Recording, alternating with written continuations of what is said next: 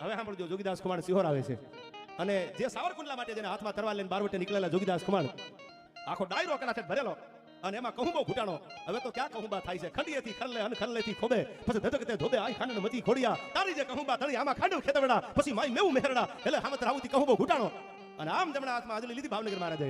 આમ અંજલી લઈ અને આમ પુરુષની સામે અરજી આપીને કીધું, જોગા ભાઈ આ કહુંબો કરો. અને ભાવનગર મહારાજા બોલે છે કે આજ મોઢામાંથી બોલો ગામ આપી દઉં. કે ના જોગો આજ કાંઈ નહીં બોલે, બાપુ તમે બોલો, આજ ભાવનગર મહારાજા તે ગામ લેવા છે, હું નહીં બોલું.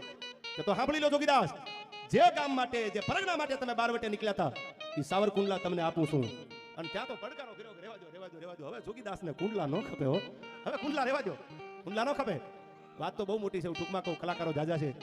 ભાવનગર મહારાજા આપે ગામ લઈ લો કે પેલું સાવરકુંડલા આપું છું. ના, કે તમે કાંઈ બોલો તો તમને મારા હમસે સાવરકુંડલા આપું. અને તેથી ભાવનગર સિહોરની કચેરીમાં જોગીદાસ ખુમાણ બોલ્યા હતા કે તમે જો તમારા હમદેન મને કુંડલા દેતા હો તો નાની બા મારા બેન છે, એ રાજપૂતાણી મારી બેન છે. તમે જો કુંડલા મને આપતા હોય તો હું જગદંબાની સાક્ષી સાવરકુંડલા મારી નાની બાને કાપડામાં આપું છું. બાકી જોગાને કુંડલા હવે ન ખપે, એ કુંડલા પાછું આપું છું મારી બેનને.